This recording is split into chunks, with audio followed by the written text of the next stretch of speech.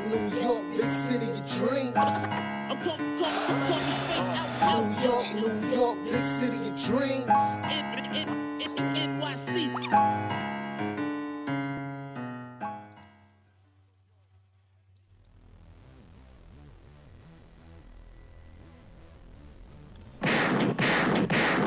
What's going on? This is Jay Ellis from the Knick Of Time Show. Here to give you that Knicks talk just in the nick of time. And it's time to celebrate a victory in MSG South. You heard those Knicks fans out there, all right? Because the Knicks beat the Magic in a close one, 102-98.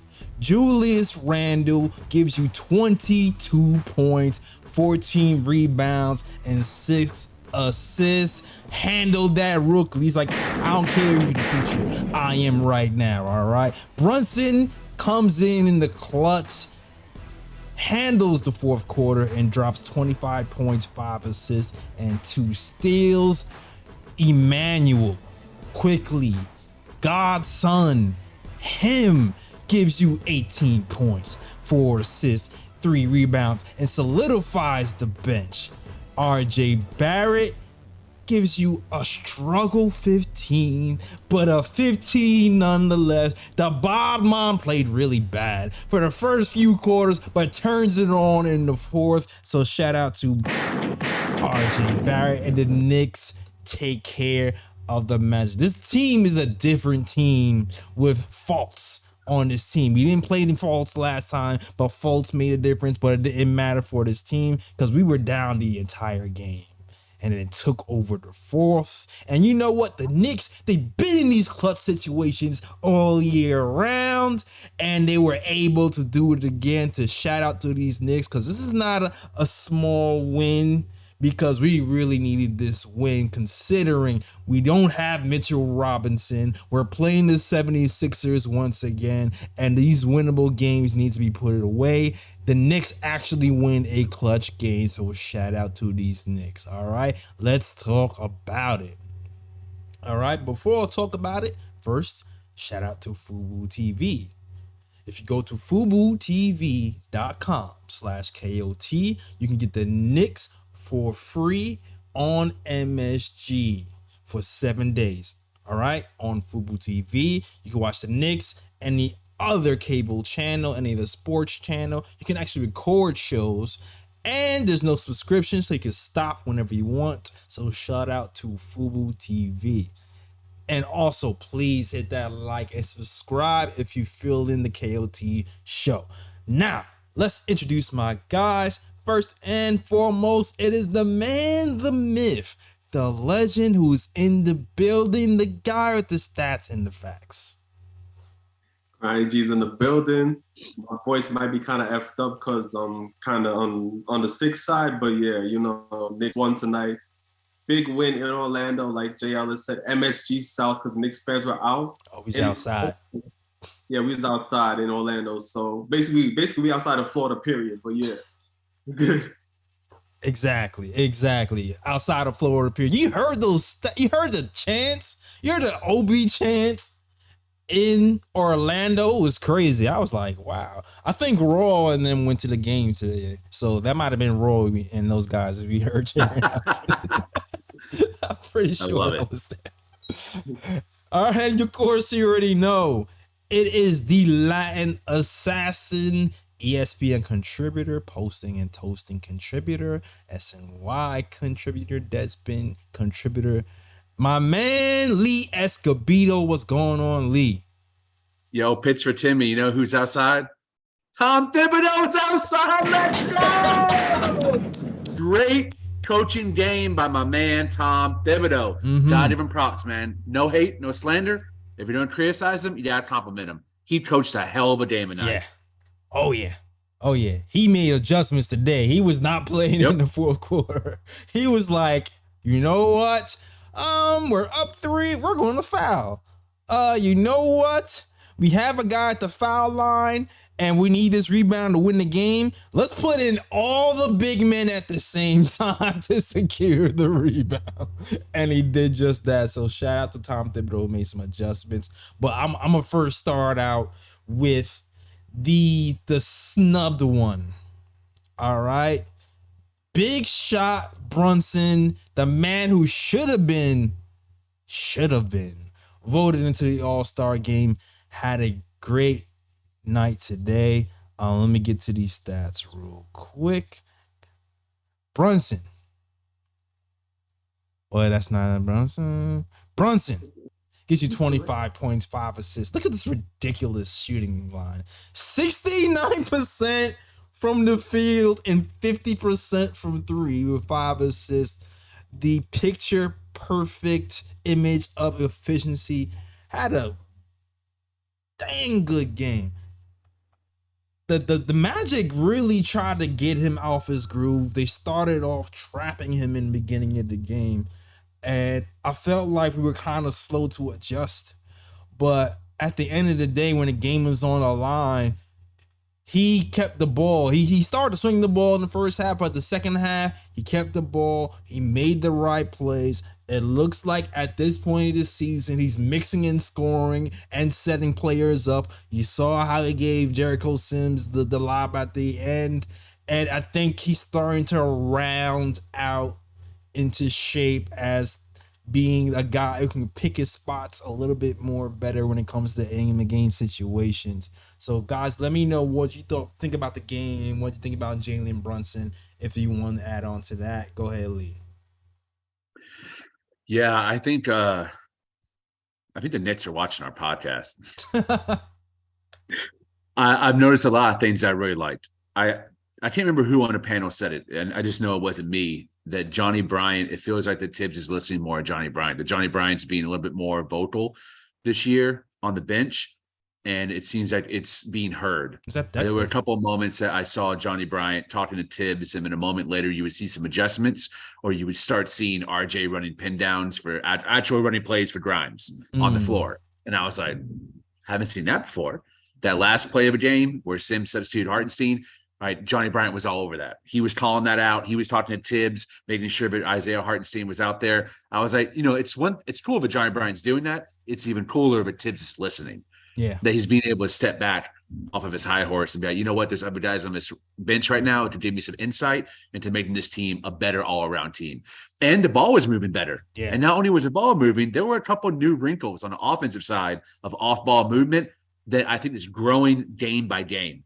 I think that these are starting to become set in habits by players who don't have the ball in their hands to get a little bit more action going on the weak side, to at least allow some decoy movement over there to give Brunson and Randall, when they go ISO, they go one-on-one, a little bit more freedom and less defenders trapping up or double teaming them, which, man, I'll take it. Like anything that helps this offense move a little bit smoother.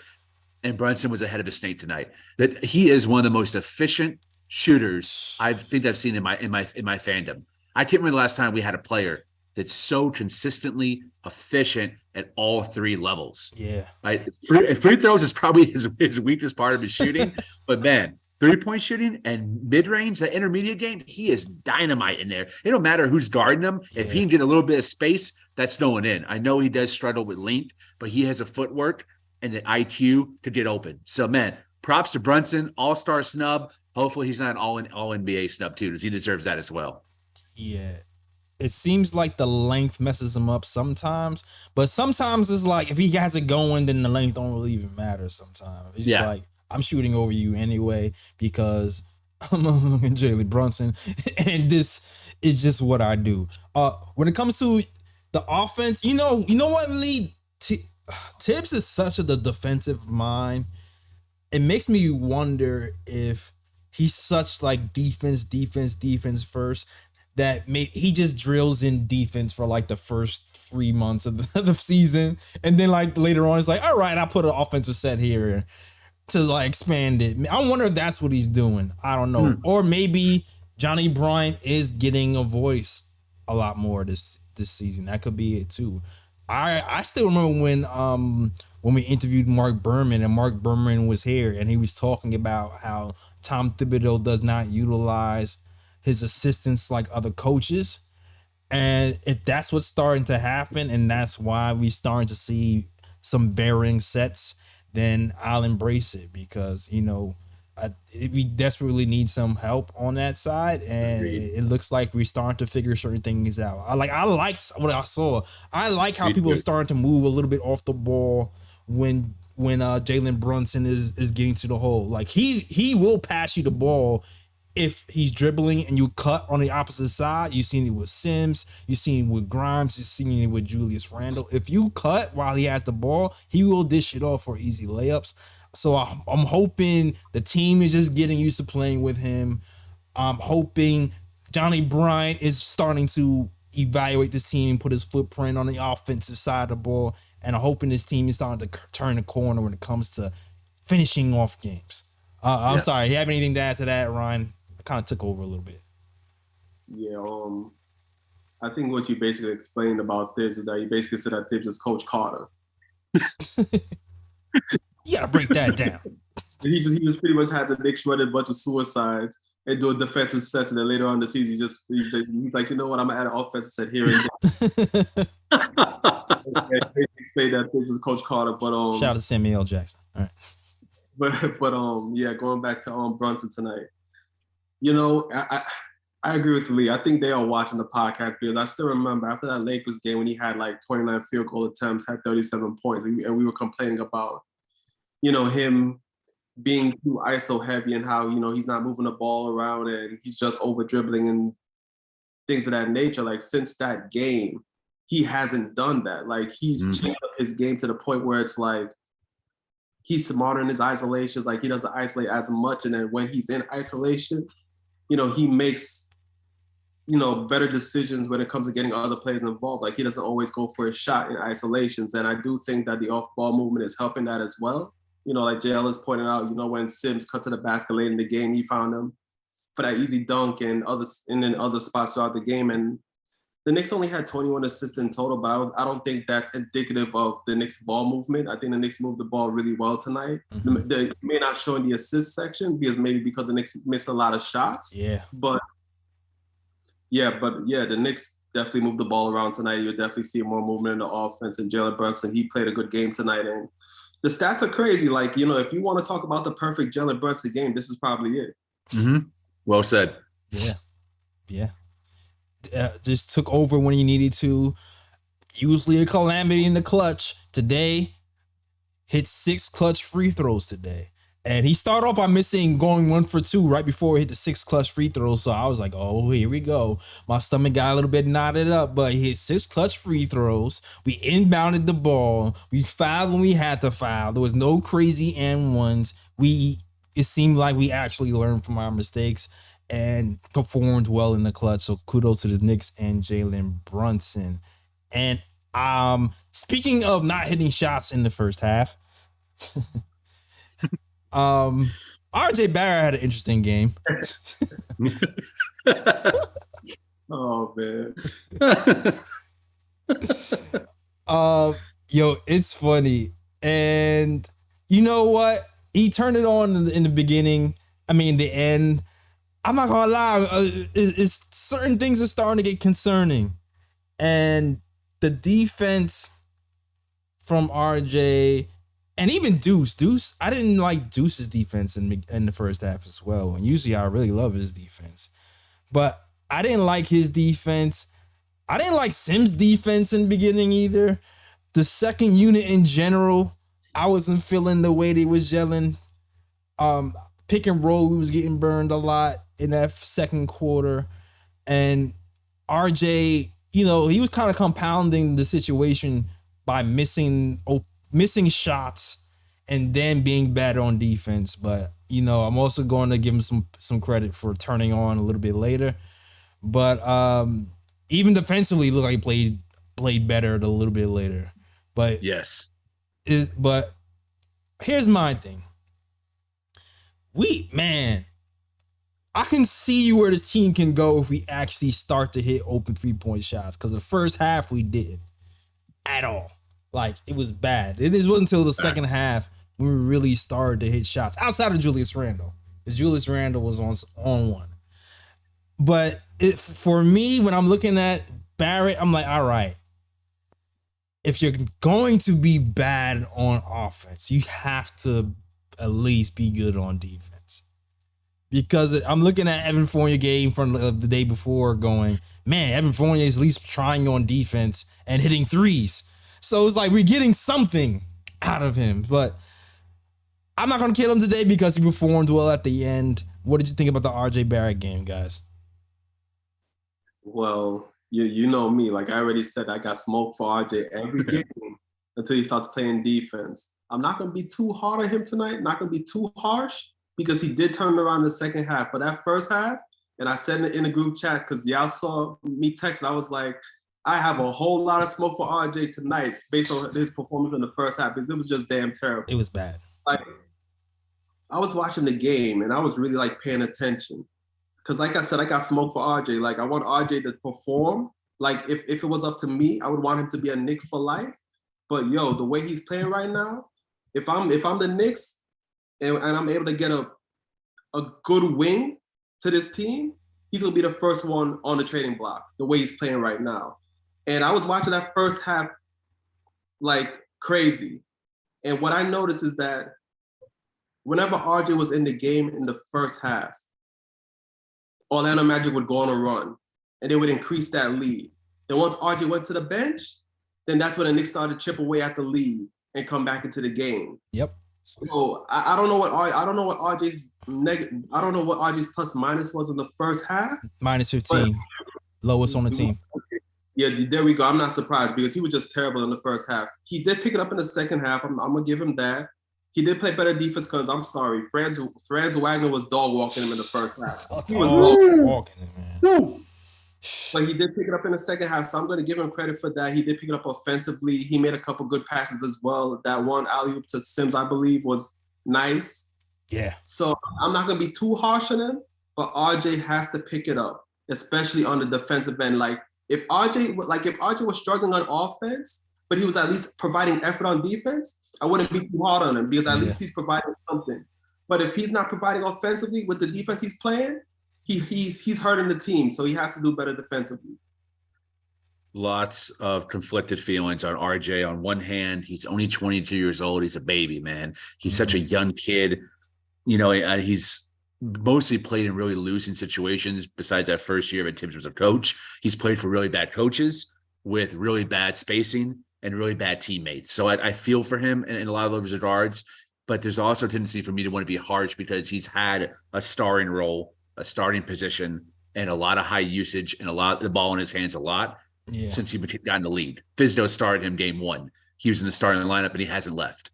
So I can let some of the bad shooting games go, but when you have bad shooting seasons, like season after season, it gets to the point where it's really frustrating. I think the only metric that he's improved on this season's free throw shooting is the only thing that's improved. Like everything else is worse across the board and continues to descend. And now his defense has been a struggle since he came back from that injury on January 12th. It's hard to root for him. He's such a confounding, like complicated player. I think he has like a high IQ and like a lot of like mental resolve to overcome bad shooting nights. But then he'll have a stretch like a week, like 5 days in a row where he just shoots like ass. And I'm like, does he have a high IQ? I just don't know which RJ it is yet. And this is his fourth year in the league. I should know. We should know who he is by now. And I think there's still a question mark. One thing I like, and I want to continue giving Tibbs some flowers. I like the way he's handling RJ. I like that he's benching him.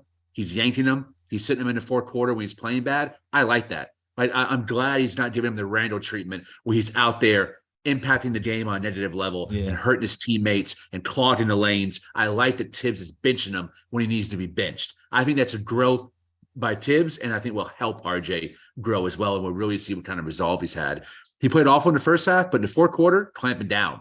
He played really good defense, I think, on both Wagner brothers. You know, when he got switched onto the larger Wagner, Franz, I thought he played pretty good defense in the post, and for the most part, he was keeping Mo out of the paint as well and guarding the perimeter better. He got cooked on Banchero, that in the last 2 minutes of a game, but everyone gets cooked by it. I mean, Banchero is a future superstar. He's like Kevin Durant build, but even bigger and stronger. He's going to be a problem for a long time. The whole Magic roster is going to be a problem. They have a great coach and a great roster and a great star. So they're a very good up and coming team. It's in the Magic of the last couple of years when Fournier was there. So, RJ, man, I'm still rooting for him, but the right trade came along, pull the trigger.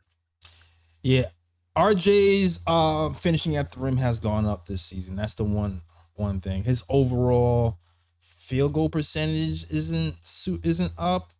His 2-point percentage might be up. I have to recheck that. But I agree with all you guys' sentiments.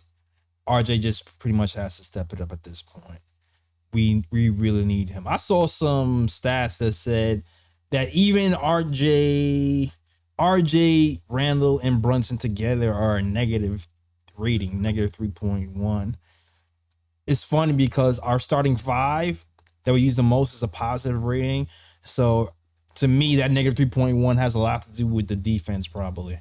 Because once you add Mitch there with Grimes, all of a sudden we were, I think, a positive 9 point something. So we have to get a look at this trio. We have to it's fun. RJ has to step it up defensively for sure.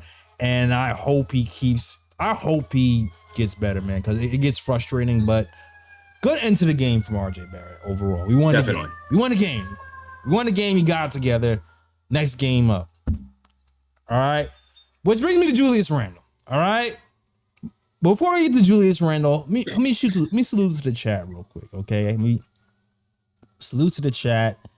You're watching the KOT show. If you love the show so far, hit that like button and subscribe. We're here talking Knicks basketball after every single game, the good, the bad, the ugly, the in-between. You'll get our Knicks takes, whether it's popular or not popular. We're going to let you know what is on our mind. And you know what? If you disagree, it's okay. Call in. Dial the number 319-527-6241. That's 319-527-6241 if you disagree, or even if you have any comments on the game in general. Okay? So shout out to our KOT supporters. And shout out to Julius Randle, because we were dead in the water and he kept us afloat with crazy 3-point shooting from all over the floor. He looks super relaxed out there. I still feel like when Julius Randle is away from home, he just seems like another type of player. I feel like his jump shot is 20 times better when he's away from New York. I'm gonna come back and look at the stats, shooting numbers away from home and shooting numbers at home. But Randle did a great job. Hold on, let me get Randle's stats real quick. 22 points, 46% from the field, 40% from three, +9 on the night, 6 assists, 4 turnovers is not ideal, but 14 rebounds. Continues to kind of peak some leadership qualities. You can see him every game trying to force Quentin Grimes to shoot the damn ball. He's been the consummate leader this year, man. Consummate leader. I don't know if anything else has anything to say. This is a ho-hum 2014 game from Randle. It's like boring at this point. Yeah. I mean, yeah, Julius Randle played well tonight. Yeah, like you said, he definitely kept the Knicks in the game, and he's bringing them both on the offensive and defensive side of the ball. Definitely hit the boards, as you can see, 14 rebounds. The 4 turnovers are not ideal, but with Julius Randle, you're going to get turnovers at times. That's just, his playing style. At times he doesn't make like the best decisions, but besides that, he was solid tonight. Yeah. This was the first time in a long time that Obi Toppin was pulled for Julius Randle. And even though we were coming back, I was like, I like that move. Like Toppin shooting tonight was awful. Yeah. And he had a lot of good open looks too. You would think this is kind of a team that he would thrive against.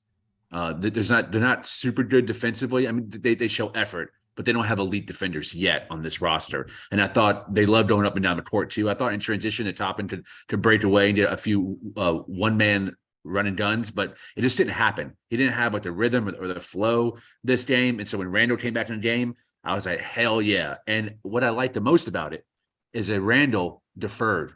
He allowed Brunson and RJ to really help maintain that lead and sustain it, and was actually used, again, more flowers for Tibbs, used as a decoy in a lot in that fourth quarter too, where he would catch the ball. He would pretend that he's about to dribble the air out of the ball, and the defenders would start collapsing, and then he would spray it out and find other players to create on their own. Found IQ once, found Grime once, found Brunson. I was like, damn.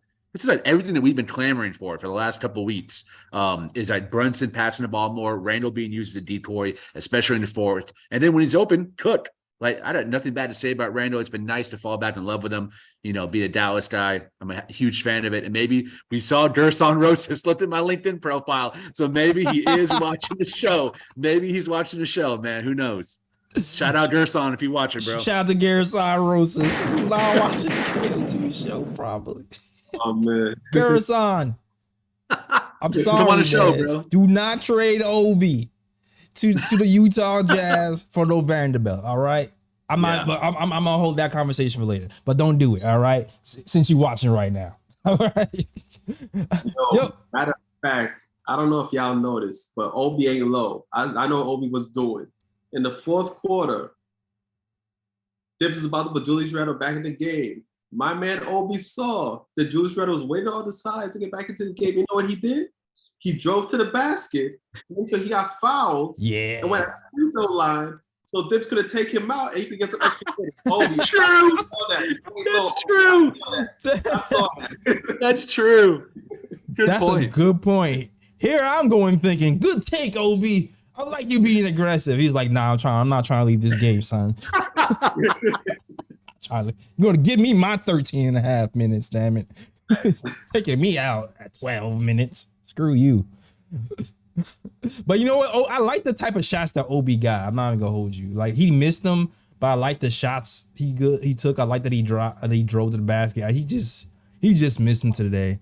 And he's not getting those leak outs anymore because they're emphasizing rebounding more. If you notice, he has 6 rebounds in 13 minutes.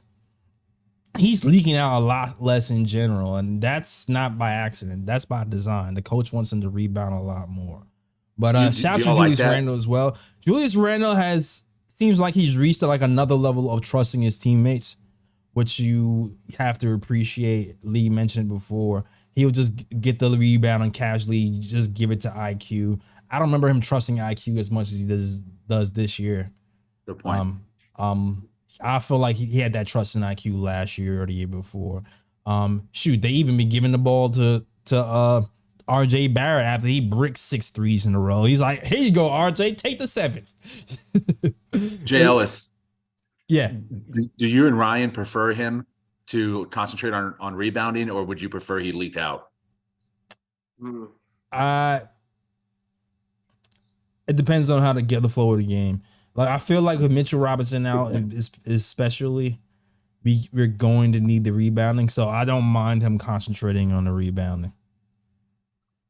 For me personally, I do want to see him get out on the fast break more, just for the simple fact I do think the Knicks need easier baskets. They need more easier baskets in their arsenal. So I would like to see him leak out more. But like JL said, I can't understand why Obi is utilized for rebounding now, because I think without Mitch, we need a bit more help on the board. So I'm thinking, Obi has to prioritize, getting rebounds as opposed to leaking out on fast break. Yeah, because Hartenstein, Hartenstein has been a lot better recently, but overall Hartenstein, he's been struggling defensively rebounding the ball. So we needed all hands on deck when it came to rebounds in general. So I think that's why they even stopped having Obi leak out, is because we just was not finishing defensive stands for like a large stretch of time. And today, Hartenstein, 12 minutes, 3 rebounds, got into foul trouble. I actually liked Hartenstein's minutes in the first quarter. It was just the foul troubles just kept them out the game. But yeah, I don't mind it at this point. Definitely don't mind it. Very fair. All right. But salute to the chat. Yo, I don't know. I don't have that much to really add to this game. I could talk about Emmanuel quickly. I noticed the coach, you watching Emmanuel quickly, RJ Barrett and Quentin Grimes closely, because all those guys deserve to play in crunch time minutes for one reason or the other. And today it was Emmanuel Quickly's number. And he delivered, hit a lot of clutch threes. Was able to be the spark that sparked the bench unit in the third, fourth quarter. And the defense was there too. Well, except for Markelle Fultz kind of cooked them in the fourth quarter. I'm not gonna hold you. That might be the only time I was like, man, maybe we should have had Grimes in here on Fultz. Maybe we should have had Grimes on Fultz for the entire game. I thought that was kind of peculiar as well. That Brunson was guarding Fultz for most of the game. But yeah, Emmanuel quickly had an IQ night. 18 points, 7 to 15, 4 of 9 from 3. And I was kind of getting worried about him too, because I felt like is he starting to hit his shooting slump? But he actually picked it up as the game went on. So, good game from Quickly. If there's been a silver lining to Mitchell Robinson being out, and it's hard to find one because he's just such an impact player, but it's the minutes and growth from Jericho Sims and Isaiah Hartenstein, allowing them to add new wrinkles offensively and defensively for Sims and offensively for both Sims and Hartenstein, but especially Hartenstein, giving us a new dynamic that hopefully Tibbs can use in the playoffs if he extends the rotation to 9 or 10 and actually plays those guys deeper in the bench. Man, they could give us some different looks depending on matchups. And it give us an opportunity if we did pass the first round into the second round. Maybe Sims could play even more minutes depending on who we get matched up against. I'm thinking maybe Philadelphia with Embiid. We're going to need Sims. We're going to need Hartenstein. So I've actually enjoyed watching them in a starting capacity, playing against other starters. Wendell Carter Jr. is a very nice young player, and I thought Jericho Sims played him very well. I thought Jericho Sims played very well when Bol was in there. I thought this was a game where it didn't matter who got rotate in on him. Tibbs didn't have to pull him or match his minutes with anybody. He was able to keep him out there, and he had that same intensity on rebounding and same intensity on putbacks and rolling to the basket for some lobs. I was very impressed. Good game from Sims. Yeah. For me, it was like a mixed bag. I felt like the first half Sims wasn't as good. I felt like the pick and roll defense, but I noticed us missing Mitch in the first half in particular, with the pick and roll defense with Mo and those guys. So I was like, oh man, this isn't working out. But I felt like the second half Sims really stepped up and put his imprint on the game, cutting off the ball, getting a huge offensive rebound in the fourth quarter. Sims really, I think he put a nice second half together to help seal this win. And we needed it too, because Isaiah was in foul trouble in the first half. And you know what, Lee? Sometimes what happens when a player goes down, sometimes for a lot of NBA teams, that's when that silver lining actually happens, because somebody is forced to step up and they get more comfortable with the team. And then as time goes on, their chest swells, the confidence is up, the coach has more confidence in them, and all of a sudden you have another weapon. The same thing happened when RJ Barrett went down and IQ started to get more minutes. IQ started to flex a little bit more. And now that even RJ is back, that confidence from IQ hasn't went away. So it's been next man up for these Knicks. And it's been a blessing in disguise for us, the injuries that has happened to us, because guys like IQ, Hartenstein are starting to show. Y'all want to know something crazy? And I would have never said this in the beginning of the season. Mitch, this injury, if I had to pick one player to never get injured again, it would be Mitch. It's just, man, you just see the damn difference on the defensive side of the ball. You see how much harder the guards have to work, knowing that security blanket's not there in the middle if their defender blows by him. It's just so much more difficult in switching as well. Mitch is such a good switching defender. He can get out there and guard in the perimeter. I mean, hell, he can block. Yeah. I was looking at a blocking map of all the centers and top 15 shot blockers, and Mitch has had spots all around the perimeter, both sides of the perimeter. I was like, damn, man, this guy recovers and hedges really, really well. And he's such a lob threat on offense. The efficiency is unbelievable. Athleticism, unbelievable. Like, man, I love Mitch. This is the first season I fall in love with Mitch. I've always been okay on him, never been down on him. But we had that conversation about stretch fives. Yeah. But now it would have to be a top 3 stretch 5 for me to be willing to trade him, because I really see his improvement this year on the defensive side of the ball. Yeah. Yeah, and I just want to add something to that because, because I think Mitch, at least in Knicks Nation, like, I think Knicks Nation always been kind of split on him. Like, some people think that, okay, we just put in Sims or whatever the case may be, and Mitch is expendable, whatever the case may be. But Mitch being out, now it finally shows the true value that he has on this team. Mm-hmm. And a lot of times, like, when Mitch is on the court, the reason why players don't get to the basket is like for example, without Mitch on the court, and you have guys like Grimes, etc., just guarding on the perimeter, those guys are getting to the basket all the way now. Yeah. They're blowing by their man and getting all the way to the basket. But you don't see that happen with Mitch, because when Mitch is actually on the court, even if Grimes or whoever gets beat, Mitch is right there and he allows them to recover. And then Mitch just goes back to his man. And then that allows, that stifles the other team's offense in a lot of ways. So I'm just glad to see that, Knicks fans have finally seen the impact, the true impact that Mitch does have on this team. And yeah, like, because trust me, the fact that the Knicks are like 500 right now with Mitch out is a blessing. Honestly, it's a blessing. But when Mitch comes back, I think this team is going to be rolling again. Oh, yeah. Ryan, that's a great point. I want to shout the chat out. Alwyn Lewis said, tell the guards, feed Mitch the ball when he sets the pick and roll.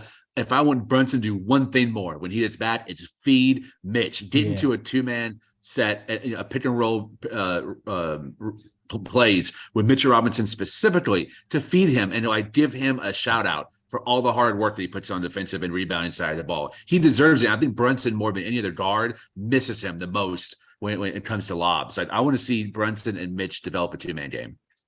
Yeah, especially because the way Brunson just operates in that mid-range area, I think it would just make him that much more dangerous. Like, when you're looking at freaking Trae Young and Clint Capella, like, we can definitely have something in that vein when it comes to Brunson and Mitchell Robinson. I think it's just we just need more reps, more chemistry, more awareness. Brunson's the type of guy who's never satisfied with his game, so hopefully that we see more of that when he comes back.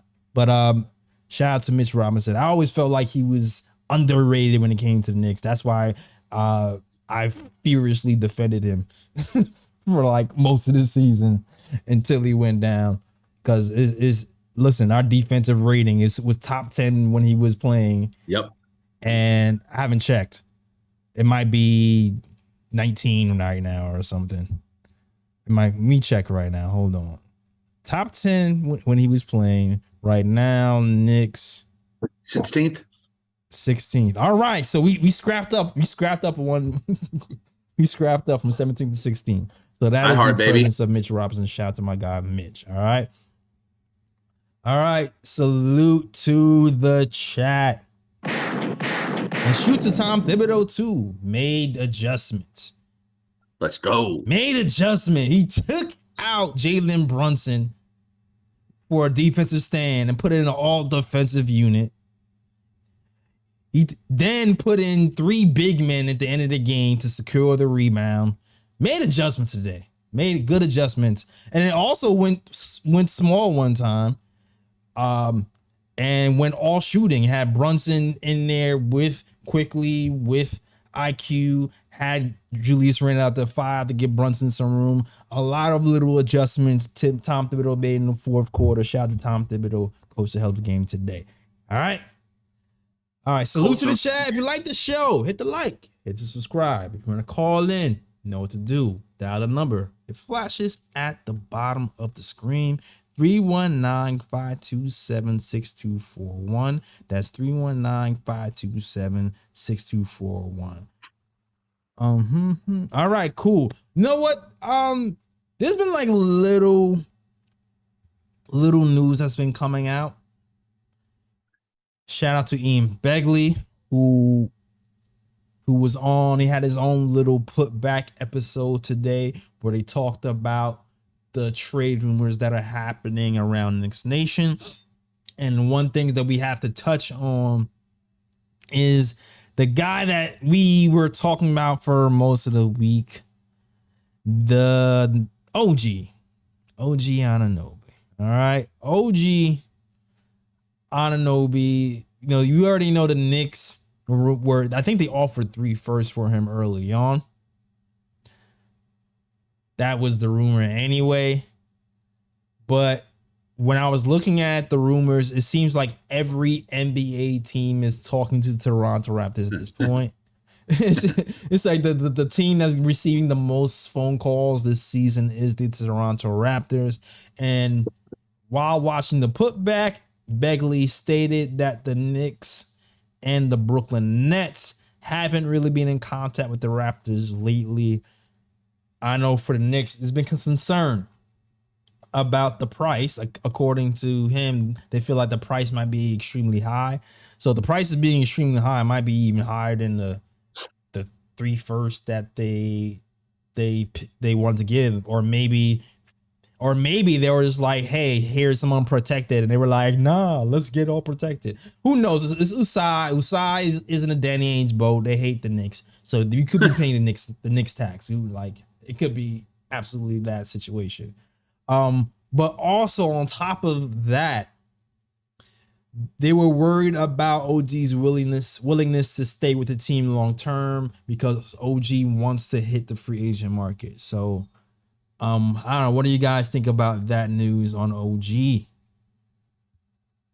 Well, first and foremost, I am team no more than 2 picks for OG. Mm-hmm. So if Toronto wants 3 or more, they can, buy with that. Like we're not gonna go for that trade. But yeah, I mean, you have to think of it this way as well. Like Toronto's general manager, Masai Ujiri, like this dude has he's known for getting the best out of deals or kind of getting teams overpaid for his assets or he's just a very shrewd GM. So the fact that regardless of what you think OG is worth or whatever the case may be, more than likely if a team is going to pry OG from the Raptors, more than likely they're going to overpay a bit for him. Mm-hmm. So and you have to think with the Knicks as well. Like you have a number of assets. Do you really want to give away a lot of those assets for a guy in OG where he's not even like a top tier wing? You know what I mean? He's more like he's not even an all-star wing at this point. He's just a very good wing. Yeah. You have to think of it from that aspect as well. So the fact that he's expensive, if I'm the Knicks, yeah, I wouldn't go for that trade. Ryan's had his finger on the pulse of, I think, OG's worth from the get-go. I don't disagree with him at all. I think 2 picks is the maximum. And honestly, I think if we had a real honest conversation, if Obi's included, we might even feel like that's too much too. If Obi Toppin's part of the player package is going back to Toronto. Because to me, he was a lottery pick. I don't think he's worth a lottery pick now, but a Knicks pick could be a lottery pick if the right guy goes down. Knock on wood. I hope that never happens. Yeah, I think we should drop out. There's too many teams, trying to get him, which means the prices are going to go up with that much competition. And I'm not willing to overpay for someone, like Ryan said, that's not an all-star and maybe at the most might be a one-time all-star in his career. I think there's too much talent in this league for him to be a consistent all-star presence. I'd rather save our picks and assets and go for a bigger fish this summer. Yeah, if Mr. Isai trying to jack up the price, I'm good. That's what it seems like he's trying to do. So it is what it is. I'll move on and try to look for our wing elsewhere. And also in other putback news, they also talked about Vanderbilt and Beasley. One thing I did hear was the Knicks were hesitant to include Obi Toppin in the deal. Good. For Vanderbilt and Beasley. So thank you, God. All right. Yep. Agreed. But also there isn't a consensus here as of the fit that Beasley and Vanderbilt will have on this team. And I think it's kind of obvious. We kind of talked about it for ourselves, you know. Tibbs doesn't play guys who aren't defensive guys, so you know that's a concern for Beasley. And listen, if OB's not moved, then who is Vanderbilt playing for? So I guess is he gonna try to play for Deuce at this time? Like, so when I look at that situation, it looks like from the way they were talking, it seems like that's not going to happen. Yeah. And I think also the news came out that the Lakers are going after Beasley. I think I saw a package where the Lakers are thinking about. I gotta reread the actual story, but I know the Lakers are going after Beasley though. So I don't think that Vanderbilt Beasley trade is even in talks anymore between the Knicks and the Jazz. I believe Beasley's going to go somewhere else. As for Vandy, I don't know whether he's going to still be with the Jazz or not. But yeah, I don't know. Like I said, me personally, I would have went for the trade just for the simple fact that, you know, I don't think Obi has a huge role to play with this Knicks team in the future, especially with Julius Randle being here. Mm-hmm. So you bring in a defensive guy in Vanderbilt that's going to take his spot, and he's a defensive wing, which means he could guard multiple positions and fulfills the need for the Knicks. And then with Beasley, I know Beasley has defensive concerns, but I think even Ross said it on the previous show. Like, he comes from a system, Florida State, where those guys play defense. And if you look at his earlier, you know, defensive rating stats, especially his days in Denver, it would show that he did play defense. So I think under Thibs, he would step up his defensive game and he would provide more scoring off the bench.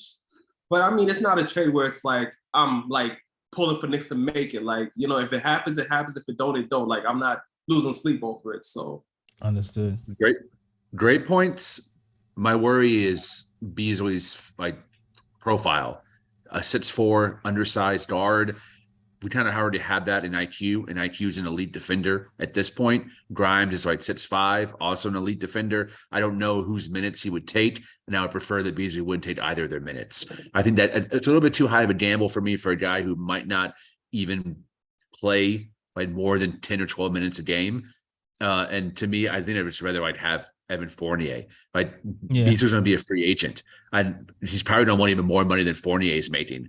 And it's not even a guarantee that he stays with us too. So we ended up trading Obi in that deal and maybe some second round pick draft capital. And we ended up just essentially trading Obi for Vanderbilt. If Beasley leaves, that would be hard to stomach. As much as I love Vanderbilt, and I really love him a lot, I'd rather just trade for him by himself than a package of Beasley too. Yeah. And I understand that Obi's ceiling and this NBA, because I already know this value. There's our value to the team and there's NBA value. I understand Obi's NBA value right now is in the second round picks range because of the time he's getting and he's playing behind Randall. But at the same time, every team in the NBA sees that the potential is greater than that. It's not like, oh, I'm getting a role player. No, it's like, okay, I'm getting a role player off the bench that can do more than that. Possibly, you know what I'm saying? So for me, my stance is still the same on Obi. If he's moved, I want to move him for somebody of more significance. And I know this summer the Knicks might have to pick between paying IQ and paying Obi. I feel like they're leaning towards more IQ. And if we can't move Obi this summer for like, you know, in the package for somebody more prominent, then maybe it's like draft picks and Obi to move up and draft to get somebody who you feel is going to be like a dynamic defending wing somewhere. That's the only thing I can really think of where I'm not giving up Obi for a lone role player, but somebody with at least some type of big upside, you know? Yeah, but even with Beasley leaving, like the way I was thinking about it was that, you know, you would get some cap relief with Fournier gone and then use that money and further strengthen the bench with a player off the market. So that's the way I was thinking about it. But I understand you guys' sentiments as well. Yeah. And the thing with Fournier too, we don't have to move him. Fournier still kind of has value as salary filler here, you know? So it's like if somebody does come available, we can pull him in the deal and for like a sign and trade situation or something. So he still has value as a type of a salary filler for a big deal if we need to.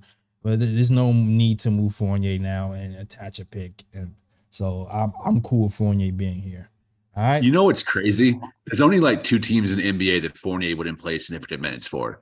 It's like us and Miami are the only 2 teams that to see him not actually like get off the bench.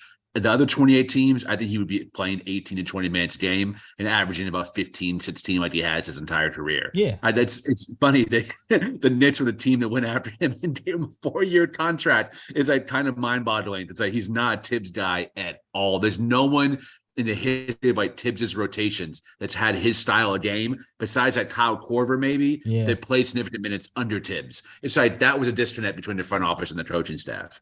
What happened was they drafted Quentin Grimes, but every time they draft somebody, they bring in a veteran as like a failsafe. And if you remember correctly, they didn't want to give Evan Fournier the years he got. They wanted to give him 2 years. And they had to give him the extra years for him to come to the Knicks. Like his agent kind of bargained for that. And the meet in the middle was the 4 years, but team option in the 3rd year. That was the meet in the middle, you know? So like the Knicks really didn't want him to they didn't really want to give him those years, but who were they? I think they was going after somebody else and they came off the market and then they turned to Fournier. And it was all right, we'll give him a slight overpay because we need somebody. Who was it? Who was that? I can't remember who it was. Wasn't somebody bad, but it was Charlotte. Was it Gordon Hayward? Gordon Hayward. Yes, it was. And I actually like Gordon Hayward, but the years he wanted was too much, and then he just turned to crap once he turned to Charlotte. So thank God we didn't get him. Good memory. And you know what? Shout out Scott Perry for always having that team option at the end of the contract. Yeah. That's a Scott Perry special. That's a Scott Perry special. Oh, you want 4 years? Team option the 4th year. Yep. And they always give that player false hope too. That's the other thing. It's like, if you play well, we'll pick up that option. They never picked up the option on anybody. No. Anybody. Oh man. I feel like I'm missing certain small news. Oh, Cam Reddish is the only other news that's really come out. Cam Reddish wants to be moved.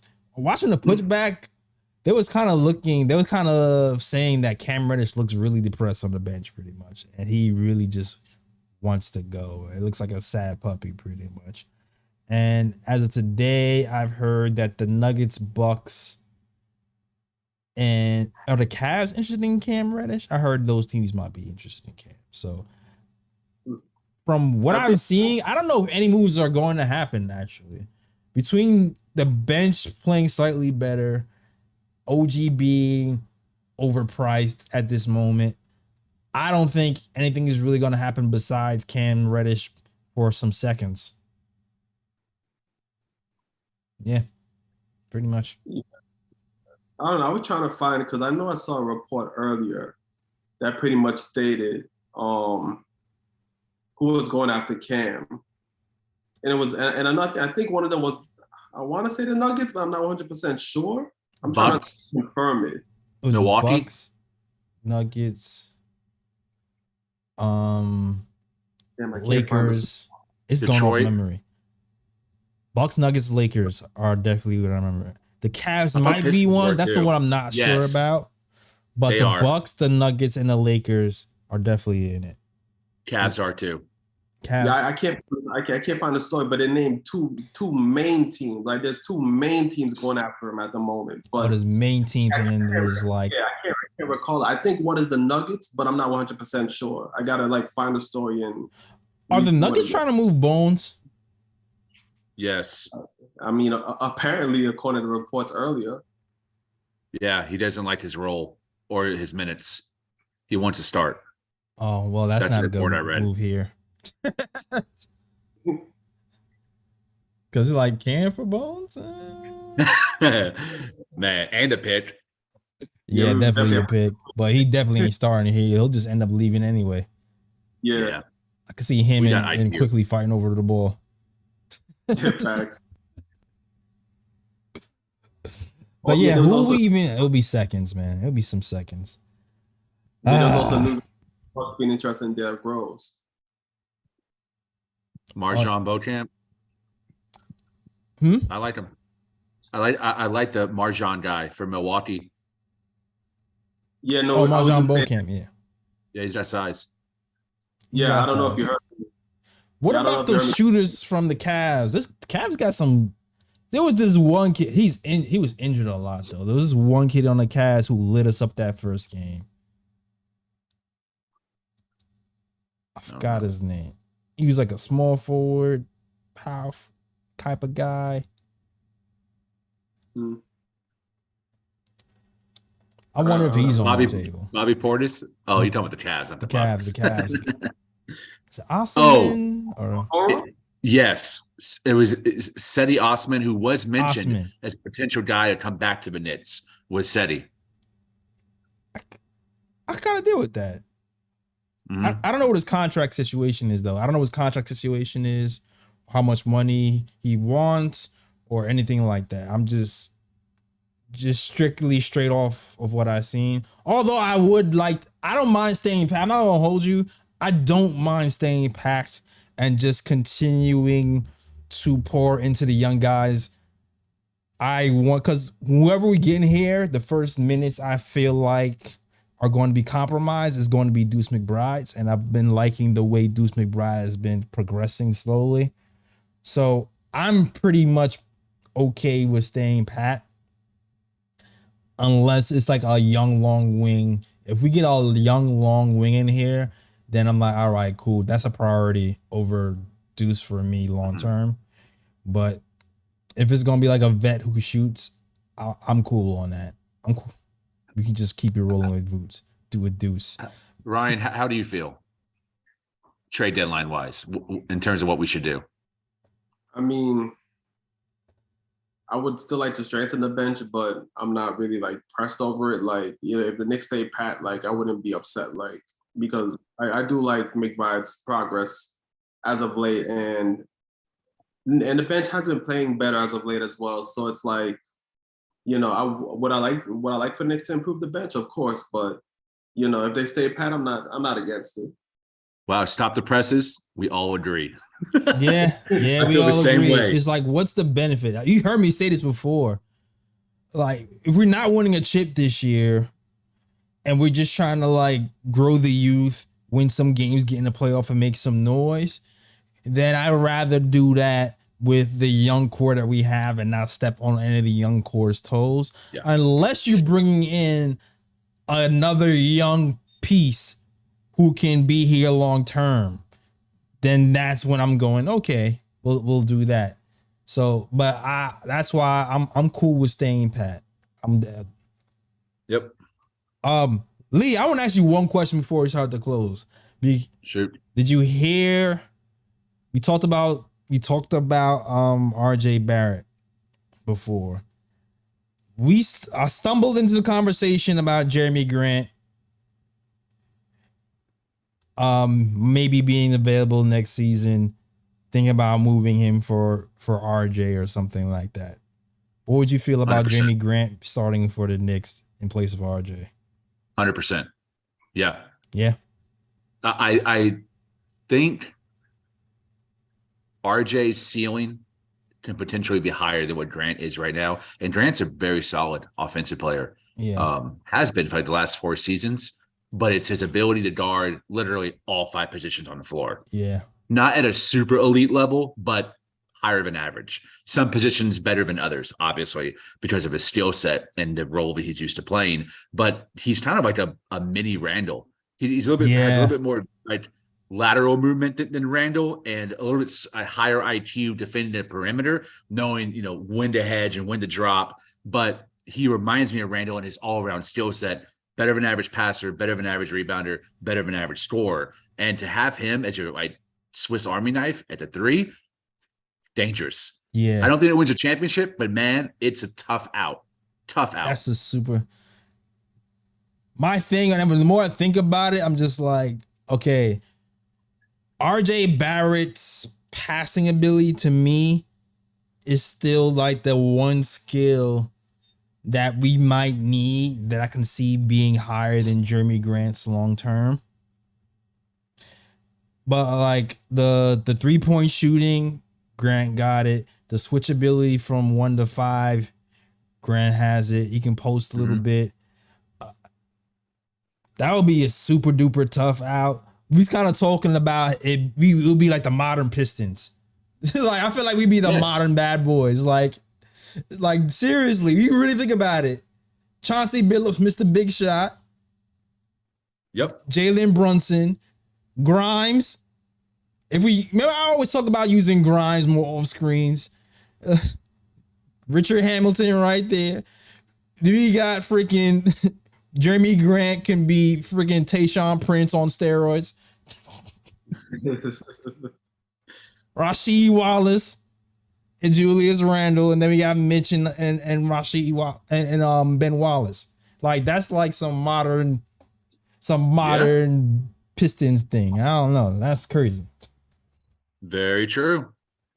Yeah, and my thoughts were like the same, pretty much the same as Lee's. Like if the Knicks were to make that move, like if you were to replace RJ in the lineup with Jeremy Grant, like it would be a very tough team. But I would still think that the Knicks probably need, if the Knicks are thinking championship, they probably would need one more piece on top of that to solidify it. What piece would you need on like scoring off the bench?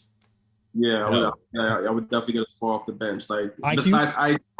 besides IQ, just one more guy that's like a microwave off the bench.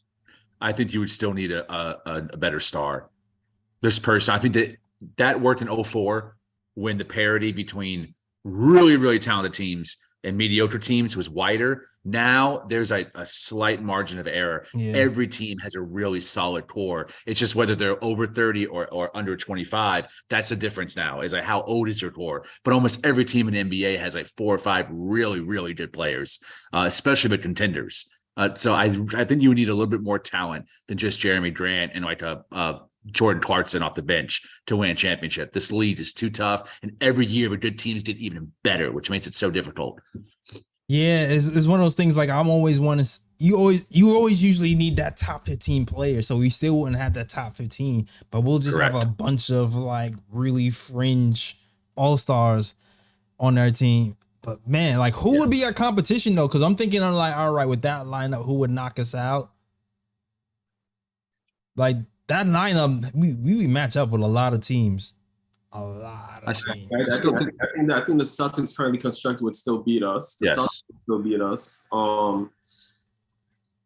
Probably the Bucks. Yep. Bucks, Celtics. Sixers I think would be a toss-up. I say Sixers. The Sixers would be a toss-up, I believe. So Bucks, Celtics, Sixers. No, Bucks, Celtics. Yeah, I agree with that. Are for sure. Yeah, the Bucks and Celtics, I think, are the sure ones. I think Sixers would be a toss-up. I think that would be a tough 7-game series. Yeah, I think so too. Like, imagine if we had Jeremy Grant versus the Clippers. Probably like that might be a different story. Yeah. The Cavs, I'm not scared of the Cavs now. With Jeremy Grant, I definitely wouldn't be being scared of the Cavs. That's why I think we could beat him in the playoffs this year. Listen, call me crazy.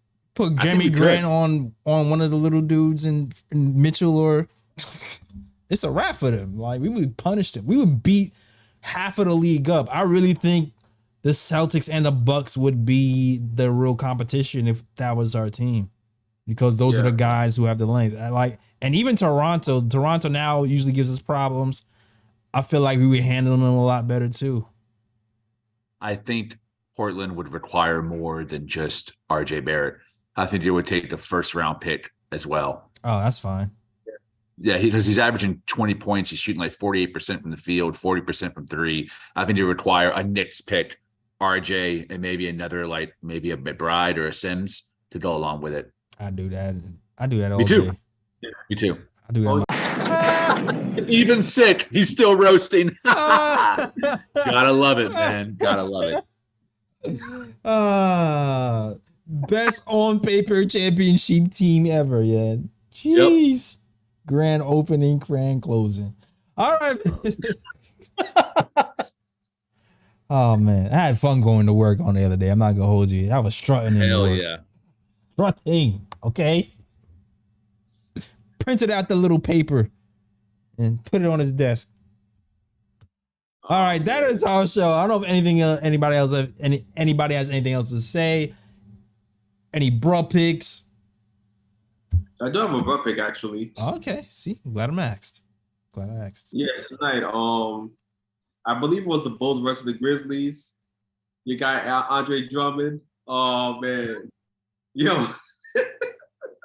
So there was a play, right? I believe the Bulls got the steal, right? Mm-hmm. And my man Andre Drummond was on the fast break, 1-on-1. My guy did a Euro step, and it looked nice. The Euro step was nice. Then my man threw up the layup. That ball went up, then down, didn't even touch the rim. I was like, oh my. Yeah. I got one.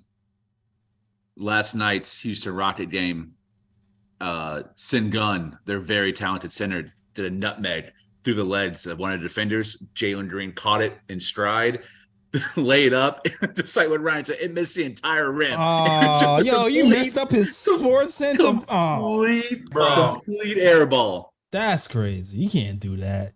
And then you saw Steven Silas, the coach, after the game, man, embarrassed himself on the podium. Oh, I think his time in Houston is short. That whole situation is a bruh pick. Yeah, I feel bad for him, man. He was talking like he lost the locker room. I think he did. He was talking like he lost the locker room, like he's about to be fired, and it's just a matter of time. But yeah. Yep. All right, good ones, guys. That is our show. Good win, Knicks. We finally beat. We I guess by the law of averages, we have to start winning clutch games eventually, right? Can't lose every clutch game, right? Sure. But that is our show. Next game is the 76ers. I think we have like a guest. I think we have a guest to that show too. So definitely tune in for the Knicks 76ers on Friday. All right, cool. Lee, let them know where they can find you, sir. Follow me on Twitter at _Lee Escobedo. I got a piece that came out. Cabra Sports did my mid-season predictions of who would win each of the end of the season awards. I'm gonna drop that here in the chat. Nice. Always appreciate y'all's support. Support. Click that link in the chat and support my guy Lee Escobedo. Nasty Lee Escobedo. I'm gonna use that intro in a minute. All right, Ryan G, let them know where they can find you, sir. You can find me on Instagram at Sir G is chilling. Sir G is chilling. That's SIR. G is CHILLI. You can also find me at Sergi's Corner, Twitter, Ryan G KOT, and shout out to Worldwide West. I know y'all saw him chilling in the cut because there were many times where the camera panned out and what you saw Worldwide West chilling in the cut. Shout out to Worldwide West. Yes, he was chilling in the cut with Drew Gooden. So I see Worldwide West. You out here making a mess. I see you. Mm-hmm. I tweeted. I think he hangs out in the tunnel of every single NBA game when they're on the road. There's a Dallas game. That's where he was in the tunnel. I think that's just his place to hang out and sign autographs. That's the thing. You'd be networking in the tunnel, man. Okay. Yo. All right. As long as you're staying in the tunnel and you're not in the stands when it's time for trade time, because we already know that messed up the Donovan Mitchell situation. We don't need you ruffling feathers. All right. All right. Cool. So, listen.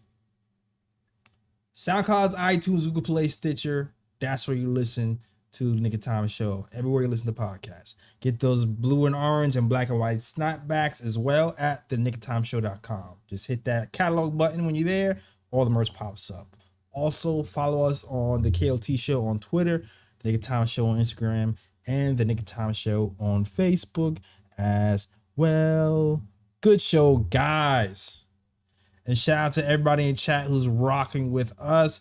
We'll be back Friday. All right. Talking Knicks basketball. And as always, shout out the Worldwide West. Everywhere we go, we leave a worldwide mess. It's a mess out here in these Knicks YouTube streets. That's our show. We out this month. Peace. New York, big city of dreams.